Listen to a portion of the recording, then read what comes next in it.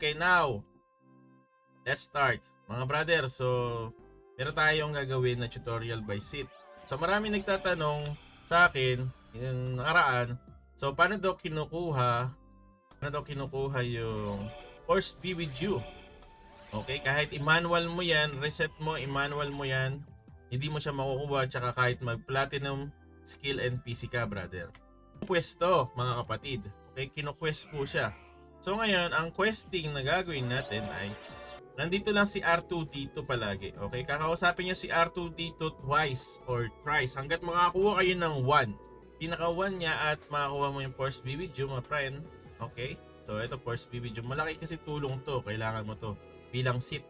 Okay, to get Force With You skill. Location R2-D2 Warp Frontera 142-152. Yung pinuntahan natin kanina, brother. So kinausap natin siya hanggat makakuha tayo ng 1 na sinasabi ko.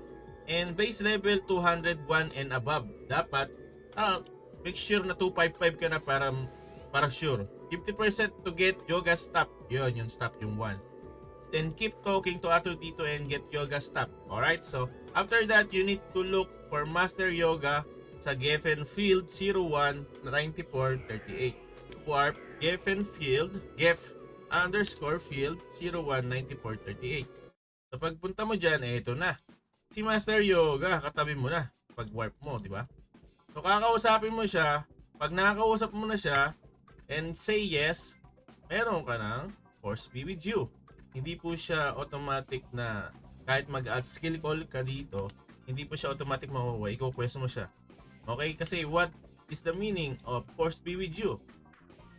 So brother, ito po it will increase attack 10% if you have more classes sa party mo in the same place. Like Starglad. So sa Starglad, brother, ganun din. Parehas lang po sila. Yun po yung union naman ng Starglad. So for example, there is a 10 Pandawan Jedi Sith members in your party. Attack will increase by 100%. O diba? 10% kasi isang tao ng party mo. However, balik tayo sa ating okay, balik tayo sa private room. Alright, so dito na tayo. For example, meron tayong party dito by 10. Marami tayong ka-party nandito. So meron kang 100% additional attack. Okay, para siyang Starglad talaga. So ngayon, back to basic tayo. Punta tayo rin sa first class.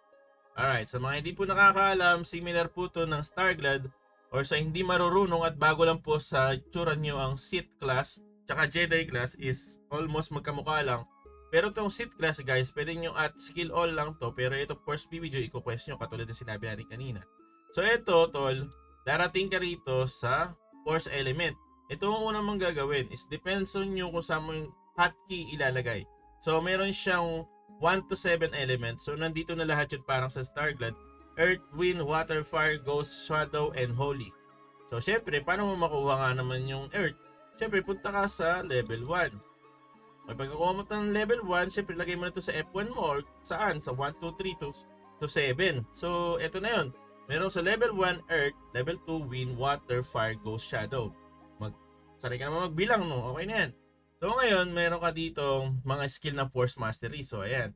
Lightsaber throw. Ito throw po niya yung saber niya. Force push, ganun lang din po yan skill. Pero hindi to mandatory na ginagamit. Okay, so ang pinaka ginagamit natin, siyempre yung force jump level 5 para makapag-jump ka from the next location. Okay, tututok mo lang siya sa kabila para makapag-jump ka doon. Pero pagka kinlik mo lang po yung force jump, hindi po siya didiretso. Okay? Minsan may stuck ka lang. Alright? So, however, second tayo mga brother. Second skill. Alright, sa second skill guys, ang pinaka-importante dito yung buffs niya. So, sa akin, makikita nyo dito sa hotkey ko mga kapatid, ay ito lang po ang ang meron ako. So, ito lang po yung ginagamit ko. So, meron tayong Force Concentration. Meron tayong Saber Parry. So, tapos Cold Skin and Saber Thrust. And syempre hindi mawawala yung Force Projection. Ito po yung nagiging dalawa kayo. Okay? So nagiging dalawa. Ayan. Force Projection ako. Naging dalawa. Pagka gusto mo tanggalin yung kamukha mo, click mo lang din yung Force Projection. And then want to have this again, click again another one. So ayan, nababalik na si Force Projection. Yung tropa mo. Kasi pare, pagka gamit mo to, okay siya mga brother. Kasi dagdag damage siya. Eventually. Okay? So, tutulungan kanyang pumatay ng boss like this. Ayan, meron siyang sarili. Meron sarili siyang utak. Diretso yan. Mag-i-skill din yan. Pagka gumamit ka ng force concentration, okay, mag-i-skill siya. Okay? So, meron din tayo dito ang saber pairing. So, ito yung nagpaparing. Parang kami auto guard nito. Saka parang kang LK. Cold skin. Okay? Saka saber, ano na tayo? Saber thrust. Yung saber thrust is attack 15% with red saber. So, red saber tayo mga brother. Ang gamit natin. So, level 5. Meron tayong level 5. So, meron tayong plus 40% attack. Okay? So, ang gamit natin is saber. Ito, ay, moving pa rin. Saber. Ayan. Never Uber. Napatay niya nang hindi ako gumagawa, tol. Hindi ko kinikill yung pinaka-boss pero napatay ng dual natin. Ito yung force projection. Okay? So medyo lag, no? Medyo lag pare. Shala naman yan.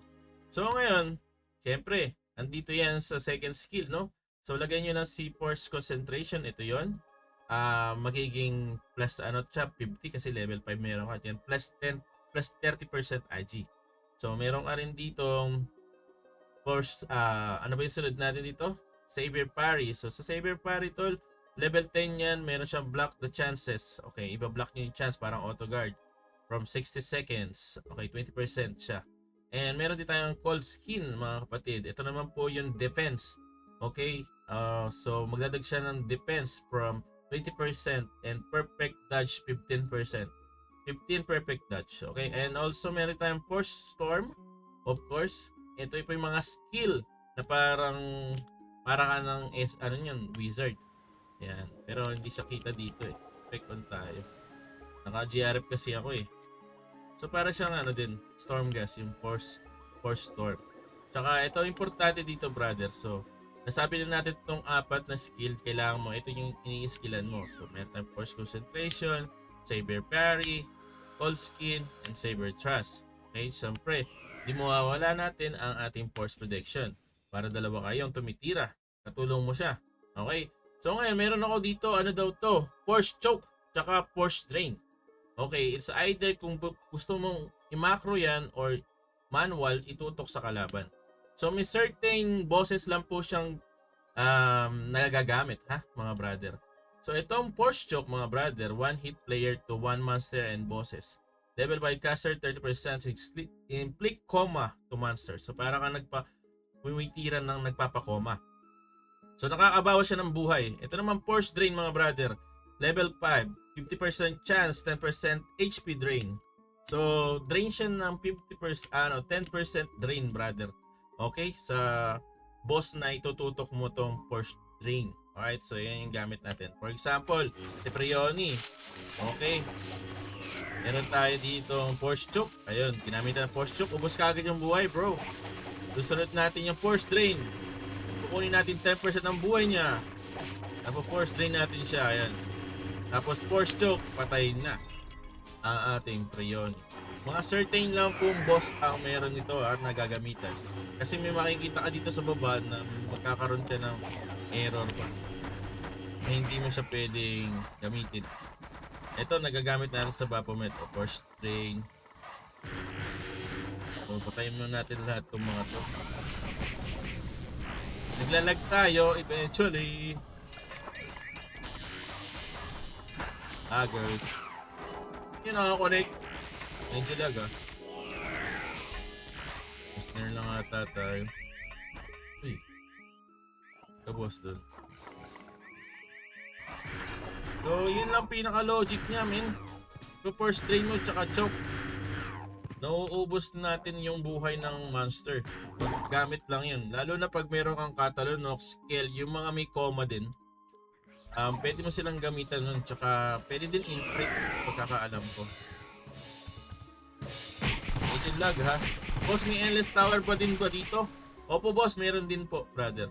So next pare, meron tayo ditong Force Persuasion. Okay, Force Persuasion, katulad niyan tinitira ko.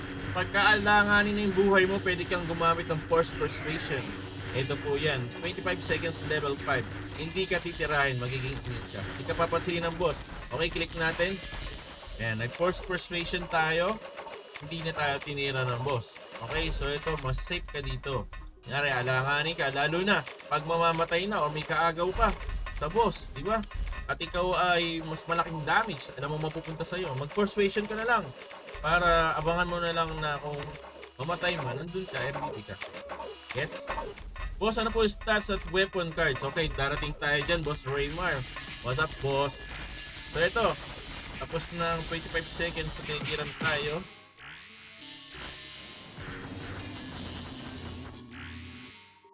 May force choke pare, pwede kayong gumamit palagi sa mga boss para hindi kayo mahirapan. Dimik. Okay, now, let's start to our, syempre STR type tayo. Di pa to perfect eventually, so kayo na bahala mag-adjust. Kasi ako, pabago-bago ako karakter. So, tinatamad na akong i-divisible siya by 10. So, kayo na mag-adjust. So, ito yung pinaka, sa akin, pinaka okay. So, hindi ako naglagay ng AG kasi nandito lang naman ako, MVP lang naman ako eh. So, hindi ako lumalaban sa labas like PvP. Kung mag-PvP ka, maglagay ka AG. Tapos, full pack mo siya as card as hitter. Dito naman, meron tayo ditong 96 critical without anything. Okay, total. Total siya 96. Pero kung gusto mo guys, kung kulang kayo sa stats, pwede siya 70 critical. Okay, pwede siya 70 critical max. Yun na yun. Tapos mag-abrasive na lang po kayo. Yung abrasive, nabibili siya sa VIP shop. Okay, so yung abrasive, wala tayo eh. So, pagka ginamit mo yun, plus 30% yun. Plus 30. Plus 30 po siya madadagdagan sa magiging total of 100. Ako, pag nag-buffs ako, magkakaroon ako ng 100. Basta 100 plus, okay na yung critical mo. So, Dex, okay. Dapat may no-cast ka lang kasi nagpo-force job ka, nag-skill ka. Okay, no-cast lang, okay na yan. And, of course, STR natin is 255. Okay, so divisible by 10 mo na lang ako, tamad lang ako. So, divisible by 10, much better. And dito pupunta tayo sa ating equip. Okay. So, ito, dahil nga doon, kadahilan na napapalit tayo ng item, ng character, hindi ko na tinanggal yung hiding ko. So, 2 muscles, isa mask, and 2 Kirin. Okay, Kirin. Parowa card. By Parowa card, increase physical damage inflicted on boss monster by 10%. So, pag meron kang dalawa nito, dalawang 10% equals 20%. Ang galing. Bravo. Congratulations. So, so ngayon, parehas po head kills yan. So, bakit Demon Wing? Kasi STR type nga po ako. Okay? May pagka-hybrid lang dahil may critical type. Pero kung kayo critical type, pwede kayong kumuha ng Thorn Wing. Okay? So, Demon Wing. Eto na. So, Uber. Maraming classes ng Uber. Meron tayo ditong yellow, merong green, and merong red. Okay? So, ako, may kanya-kanya tayong perspective. Okay? Increase critical rate by 20 each refine. Okay? Increase physical damage by all races by 1%. Each 2 refine, increase critical damage by 1%. So, meron tayong plus 7. So, what more kung plus 10? Kaso, mahal na pre. Ito, budget meal. Pwede kayo mag plus 4, okay na yun. Budget meal. Basta 4 slot. Kasi yung 4 slot, kasi pagka gumawa ka nito, hindi pa siya 4 slot. Ipo 4 slot mo pa. Dito sa Dark Arrow Bloodshed. So, dalawa po siyang red. Okay? Yung iba gumagamit ng green. Kasi para sa STR. Saka sa AG, tsaka sa Dex. Pero tayo, MVP lang tayo. Dito lang tayo. Focus tayo sa dalawang red. Okay? So, ngayon, sa right side. Okay, huwag kayo manilito guys. Ang right side po ng ating character. Syempre, itong kamay niyang right. Ito, yon weapon. Ang right side cards natin ay Turtle, Abyss. Okay? AK. Dalawang 2TG and dalawang AK. Alright, sa right side po yan. And sa left side, mga brother, meron tayong Doppel, dalawang The Paper, and Abysmal Knight. So, tatlo lang po total tayo ng AK. Bakit daw? Kasi nga may pagka-hybrid tayo. Gusto natin ng critical kaya tayo nagdalawang The Paper. Alright, so inflict 24 more damage in critical and drain SP on H attack. Okay, so ito, gagamitin natin to through Force Drain. Okay? So, pwede tayo makapag-Force Drain dyan. So, now, kung wala kayong Tidal set, okay lang yan, tol. Kahit walang plus ng 9, okay lang yan. So, budget meal, dalawang Tidal set, Tidal set. So, meron kang wool scarf and meron kang Tidal shoes. So, sa akin, ginamit kong card, depende sa inyo. kung nasasaktan kayo sa boss, pwede kayo mag-debiling. Ako, Giant Whisper. Okay? So, tulong lang sa akin itong plea para sa Giant Whisper. Dahil, bakit daw? Dahil meron tayo ditong old skin. Meron tayong 15 perfect dodge. So far, hindi tayo nagkaka-dodge tayo mas malaki. Okay, so eto, Tidal set, bakit daw? Kasi meron tayong max HP by 10% pa. Maragdagan pa yung natin buhay natin. Okay, armor, mga brother. Eto, kasi hiram lang to. Siyempre, ideal ng lahat, naka-gloom card ka pag magbo-boss ka. Kasi iba yung damage nito, pare. So, Holy Shadow Angel and Demon Monster by 40%. Grabe, di ba? So, kaso, mahal dito sa Dark Arrow to. So, ito, hiram lang to. Hiram lang po to. So, ayan, pwede kayong mag-Aras X or TGK kung meron kayo. Tapos ano lang kayo sa shoes, mag-Edga para hindi kayo tumatalbog. Knockback. Okay, RSX, mas better. So, no heal saber throw, force with you para high chance mag-spam ng force choke yung clone sa kalaban. O, ayun. So, sabi ni Boss Oliver, no heal saber throw, force push, force pull para high chance mag-spam ng force choke ang kalaban. So, gagamitin nyo pa rin itong yung force natin, force, ano ba yun? Force, nandito. Gagamitin nyo itong force push, okay? Tapos, ano pa? Throw, force pull, force throw. So, itong tatlo na to, gagamitin nyo para daw magkaroon ng chance, mas malaking chance ang force choke. Tama ba? Right, 2G2 TV. Okay, 1 doppel, 3 the paper. Tama ba? Boss Godwin, 1 doppel, 3, 2 the paper lang, tsaka 1 abysmal card dito sa left. Okay, so 1 doppel, 2 the paper, and 1 abysmal card. Alright, so ayan. Tidal shoes, meron tayong Boss Egnem para sa buhay. Max HP tayo, mga brother. So kung meron kayo budget meal, pwede na kayong mag-Edga. Pero kung gusto nyo Boss Egnem, pag nakakuha tayo, bibigay ko sa inyo, okay lang. So mamaya, okay, pakita natin kung gaano kasarap mag-sit. Bakit? Kasi gusto ko sit kasi wala tayong GTB. Hindi tayo nadidispel po ng mga kalaban like Catalonox, Valkyrie. Hindi tayo nadidispel, mga brother. Kasi pagka Starglide ka, nadidispel ka. Ito wala pa siyang shield. Mas nakakatagal po si ating sit. Okay, si Otix.